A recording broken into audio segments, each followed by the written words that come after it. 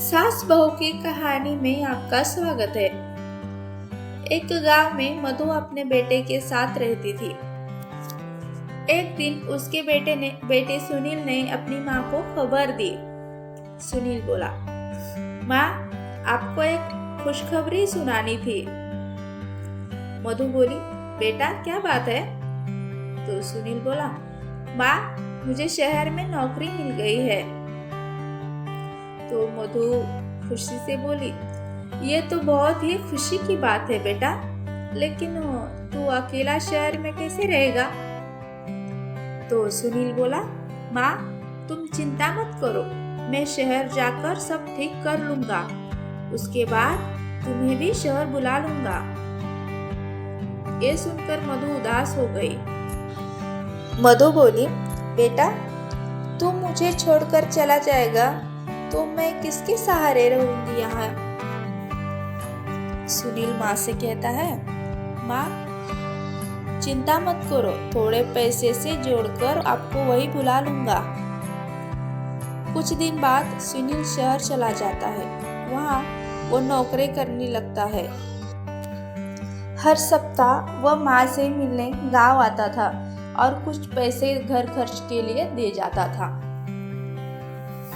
इसी तरह कुछ दिन बीत गए। एक दिन मधु के घर एक पति पत्नी आए। पति बोला, बहन जी, हमने आपके लड़के को देखा है। हम अपनी बेटी आशा की शादी उससे करना चाहते हैं। तो पति पत्नी बोली, बहन, हमारी बेटी बहुत सुंदर है और हम आपको बहुत सारा दहेज भी देंगे। हमारे पास बहुत पैसा है। तो मधु बोली, बहन जी, पैसे और दहेज की बात ना कीजिए। हम दहेज नहीं लेंगे और आप इतने पैसे वाले हैं, लेकिन हम तो बहुत गरीब हैं। हमारी आपकी कैसे निभ पाएगी? ये सुनकर पति ने जवाब दिया। पति बोला, बहन जी, आप चिंता मत करें। यहाँ आने से पहले हमने आपके बारे में सब पता कर लिया है। हमें आपका लड़का बहुत पसंद है। तो सुनील से बात करके दोनों लड़की देखने जाते हैं। लड़की उन्हें पसंद आ जाती है। इसके बाद दोनों की शादी हो जाती है। शादी के बाद आशा बहू बनकर घर आ जाती है। कुछ दिन गांव में रहने के बाद सुनील अपने काम पर जाने लगता है। आशा सुनील से बोलती है, मैं इस गांव में नहीं रह सकती, मुझे भी शहर ले चलो ना। तो सुनील ने कहा, तुम कुछ दिन माँ के साथ रहो, फिर मैं तुम दोनों को शहर ले जाऊंगा। तो आशा बोली, मैं इस गरीबी में नहीं रह सकती। पता नहीं पापा ने क्या देखकर मेरी शादी यहाँ कर दी है। यहाँ तो मुझे शहर ले चलो या फिर मैं अपने पापा के घर चली जाती हूँ।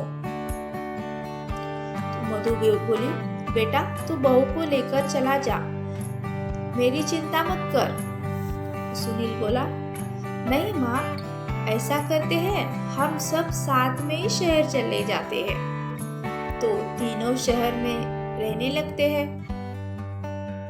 आशा का व्यवहार धीरे धीरे बदल जाता है। वह हर समय सास से छुटकारा पाने के बारे में सोचती रहती है। एक दिन मधु सुनील से बात कर रही थी, तभी वहां आशा आ जाती है। आशा बोली, हाँ माँ जी, आप भड़का लीजिए इन्हें मेरे खिलाफ। जब से ये शहर में आए हैं ना, तो मुझे कहीं घुमाने ले गए हैं, न मेरे साथ ढंग से बात करते हैं, और ये सब आपके कारण ही तो हो रहा है। सुनील आशा से कहता है, ये किस तरह की बात कर रही हो तुम आशा? मेरी माँ से ये क्या कमी रह गई है प्यार में मेरे? बस मैं केवल इसलिए कहीं नहीं ले जाता क्योंकि मेरे पास टाइम नहीं है, वरना माँ तो हमेशा मुझसे तुम्हें कहीं ले जाने की बात करती रहती है। इसलिए मेरी माँ पर झूठे आरोप लगाना बंद करो। ये सुनकर आशा और गुस्से में आ गई।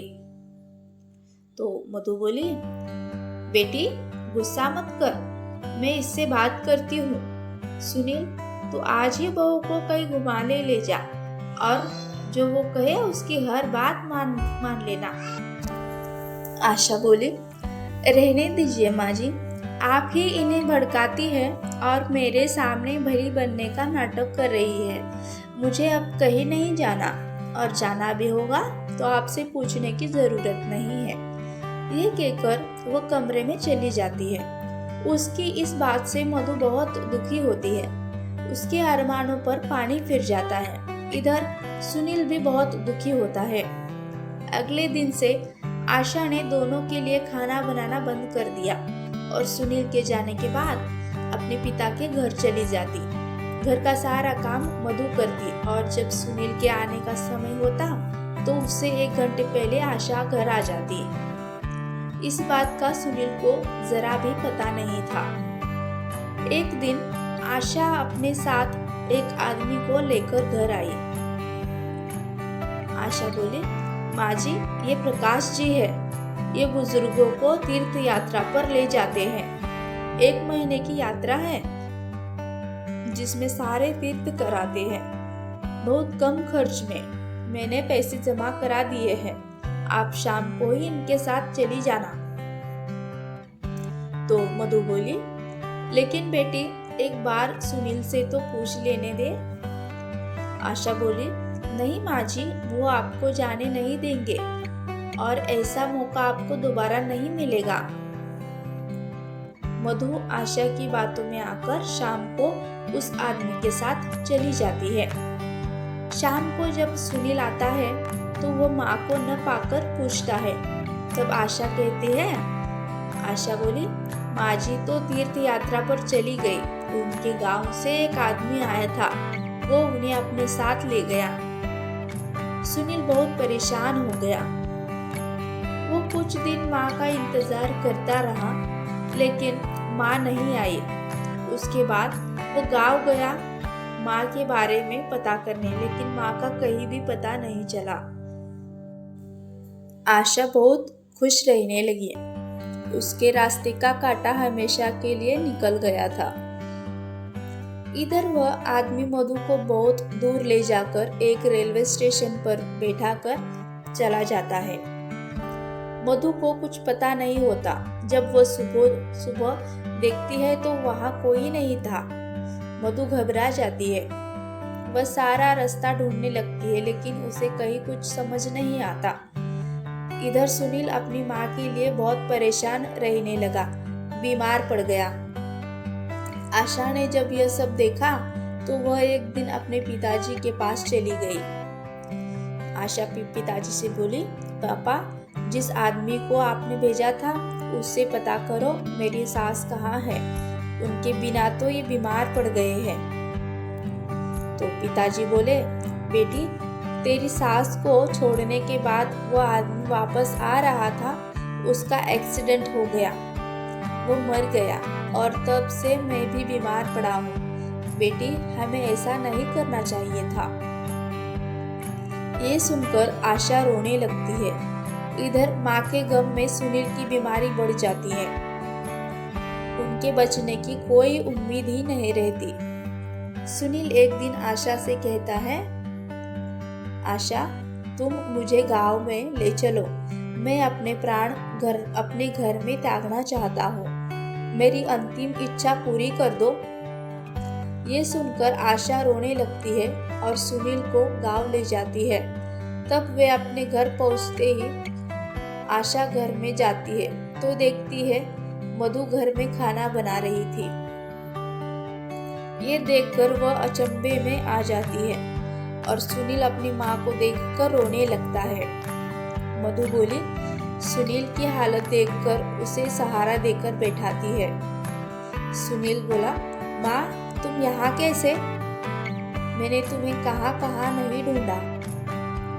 तो मधु बोली, बेटा, बहू ने जिस आदमी के साथ मुझे तीर्थ यात्रा पर भेजा था वो धोखा देकर भाग गया। मैं भटकते भटकते किसी तरह गांव पहुंच गई। मुझे लगा मेरा शहर में आना बहू को पसंद नहीं था, इसलिए यही मैं मेहनत मजदूरी करके अपना गुजर बसर करने लगी हूँ। लेकिन तूने अपनी ये हालत कैसे बना रखी है? तो आशा बोली, माँ जी मुझे माफ कर दीजिए। आपसे पीछा छुड़ाने के चक्कर में मैं अपनी गृहस्थी में आग लगा बैठी। इनका ये हाल है कि डॉक्टर ने जवाब दे दिया। यह सब पिता ने करवाया था। वे भी बहुत बीमार है और वह आदमी एक्सीडेंट में मर गया जिसे मेरे पिता ने भेजा था। सुनील ने कहा, अब तुम यहाँ से चली जाओ। मैं अपनी माँ के चरणों में मरना चाहता हूँ। मुझे चैन से मरने दो। मधु बोली, नहीं बेटा, अब तू क्यों चिंता करता है?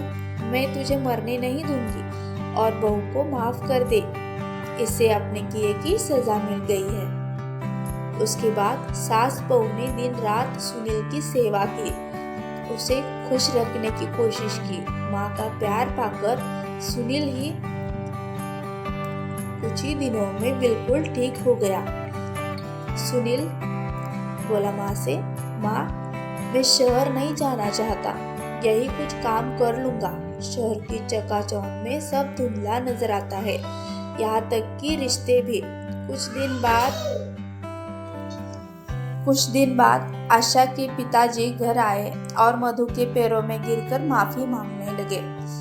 पिताजी बोले, बहन जी, मैं अपनी बेटी को सुखी देखना चाहता था, लेकिन ये भूल गया एक माँ को उसके बेटे से अलग करके जो अपराध कर रहा हूँ, उससे मेरी बेटी का संसार कभी सुखी नहीं रह सकता। मधु ने कहा, मैंने आप सभी को माफ कर दिया है। इसके बाद आशा बिल्कुल बदल गई। वह अपनी सास की सेवा करने लगी। सुनील उसके व्यवहार से बहुत खुश रहने लगा।